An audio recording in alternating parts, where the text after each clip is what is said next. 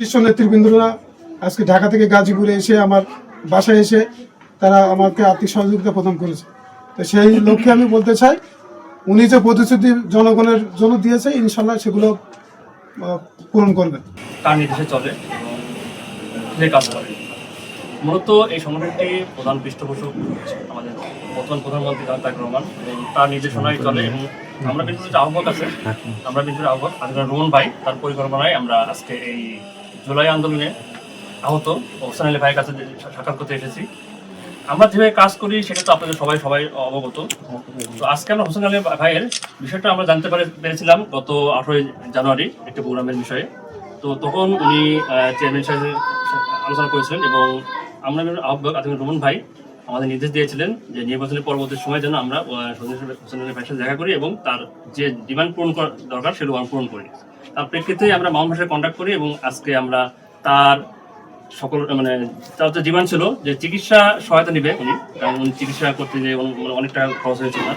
তো তার প্রেক্ষিতে আমরা কিছু চিকিৎসা সহায়তা দিয়েছি এবং তার পরিবারে যেন চলতে পারে সেজন্য উনি চায়ের দোকান করবে, সেই দোকানে যা লাগবে সেই অনুযায়ী আমরা আর্থিক সহায়তা করেছি।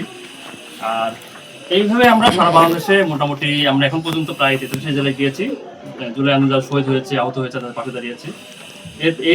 এই প্রেক্ষিতে আমরা হোসেন আলী ভাইয়ের পাশে যখন দাঁড়িয়েছি, আমরা চেষ্টা করব আগামীতেও যেন বিভিন্নভাবে যারা অসহায় নির্যাতিত হয়েছে, গুম খুন হয়েছে, প্লাস জুলাই আন্দোলনে যারা শহীদ হয়েছে, আহত হয়েছে, তাদের পাশে দাঁড়াবো। এবং বিএনপির চেয়ারম্যান যে কথা রেখেছেন যে বাংলাদেশকে একটা সমতা ভিত্তিকে রাষ্ট্র করবেন এবং অবশ্যই তিনি সবসময় যারা অসহায় নির্যাতিত আছে তার পাশে থাকেন। তার সেই প্রেক্ষিতে আমরা সবসময় চেষ্টা করব যে কোনোভাবে কোনো খোঁজ পেলে যে এই পরিবারটা অসহায় কিংবা নির্যাতিত কিংবা জুলাই আন্দোলনে আহত হয়েছে কিন্তু শহীদ হয়েছে, তাদের প্রমোশন দরকার, আমরা চেষ্টা করব আমাদের সাধ্যের মধ্যে যেটুকু সম্ভব আমরা সবসময় তাদের পাশে দাঁড়াবো। এবং এইভাবে হোসেন আলী ভাই যেরকম আজকে উনি বললো, একটা মেসেজ দিয়েছে যে জনাব তারেক রহমান তার কথা রাখে, ঠিক আমরা চেষ্টা করবো তার কথা যেন জনাব তারেক রহমান যেন তার কথাগুলো রাখতে পারে এবং তাকে সাহায্য করতে পারি আমরা, এবং তার কথাগুলো যেন মানুষ যেন বুঝতে পারে এবং তার কথাগুলো যেন তিনি রক্ষা করতে পারে, সেই জায়গায় আমরা বিভিন্ন টিম সবসময় আমাদের তারপরকে সাহায্য করি। বেসিক্যালি আজকে আমরা উনি আমাদের জানিয়েছিল যে ওনার দরকার চিকিৎসা সহায়তা, প্লাস উনি যেন চলতে পারে সেই জন্য একটা কিছু ব্যবস্থা করা।